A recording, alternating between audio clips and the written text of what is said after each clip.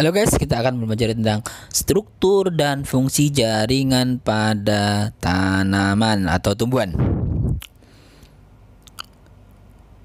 Struktur dan fungsi jaringan pada tanaman atau tumbuhan yang kita pelajari meliputi beberapa hal. Yang pertama, struktur dan fungsi jaringan pada akar, batang, daun, bunga, dan pemanfaatan dalam teknologi. Perbedaan tumbuhan monokotil dan dikotil seperti tampak pada layar. Berikutnya, struktur dan fungsi jaringan pada akar tanaman. Struktur dan fungsi jaringan pada akar tanaman meliputi beberapa hal yang kita pelajari, yaitu A. Epidermis, yang B. Korteks, yang C. Silinder pusat.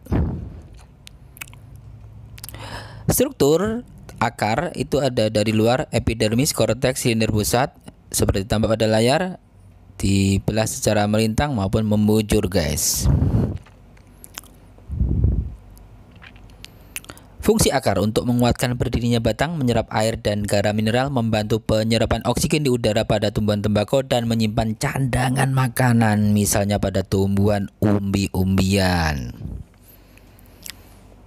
Struktur akar tanaman dari luar ada epidermis, korteks, endodermis, di situ ada titik Kaspari, kemudian ada xilem.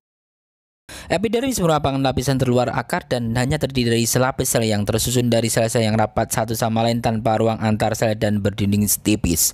Dalam hubungannya dengan proses penyerapan air, epidermis bersifat semi permeabel, mudah ditembus air guys. Sesuai dengan fungsinya sebagai pelindung jaringan di bawahnya, epidermis mengalami penebalan sehingga strukturnya menjadi lebih kuat. Pada permukaan epidermis tumbuh bulu-bulu akar yang merupakan tonjolan epidermis dan berfungsi untuk menyerap air dan unsur hara yang diperlukan guys.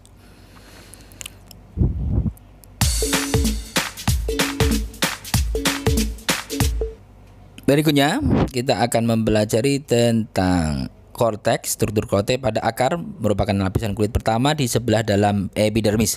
Terdiri dari banyak sel dan mempunyai dinding sel yang tipis. Di dalamnya terdapat ruang-ruang antar sel sebagai tempat penyimpanan udara dan pertukaran gas. Korteks mengelilingi silinder pusat dan berfungsi sebagai tempat penyimpan cadangan.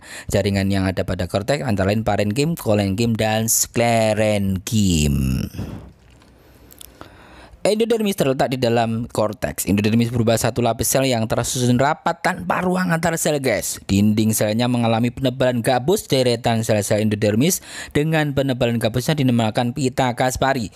Penebalan gabus ini tidak dapat tembus air sehingga air masuk ke silinder pusat melalui sel endodermis yang dindingnya tidak tebal, yaitu disebut sel penerus air. Stele atau silinder pusat. Silinder pusat merupakan lapisan yang terletak di tengah akar di sebelah dalam endodermis. Di dalamnya terdapat pembuluh kayu, xilem, dan pembuluh tapis. Dalam pembuluh xilem itu terdapat proses pengaturan air dan mineral.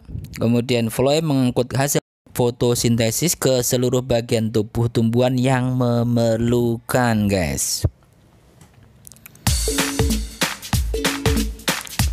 Bentuk-bentuk akar ada akar tunggang dan akar serabut. Berikutnya akar tunggang ada contoh pada kacang-kacangan, apel, jeruk, mangga, durian, nangka. Akar serabut pada padi, jagung, gandum, bawang, pisang, singkong, kelapa, dan rumput. Jenis akar tanaman ada akar udara pada pohon beringin, kemudian akar pengisap pada tanaman belanalu, akar pelekat pada akar sirih dan lada. Akar pelekat ini contohnya pada tayangan. Akar pembelit pada vanili. Akar tunjang pada pohon mangrove. Masih di pohon mangrove ada juga akar napas guys. Struktur dan fungsi batang tanaman.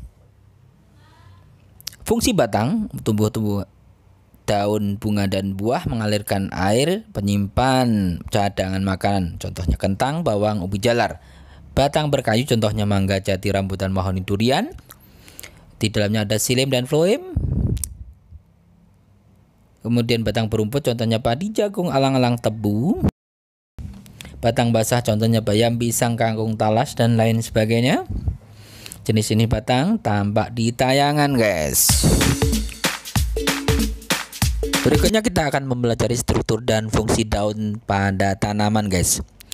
Yaitu sebagai tempat untuk mengolah zat makanan yang dimiliki, kemudian sebagai alat pernapasan. Bentuk-bentuk daun: monokotil sejajar melengkung, dikotil menyirip dan menjari, guys.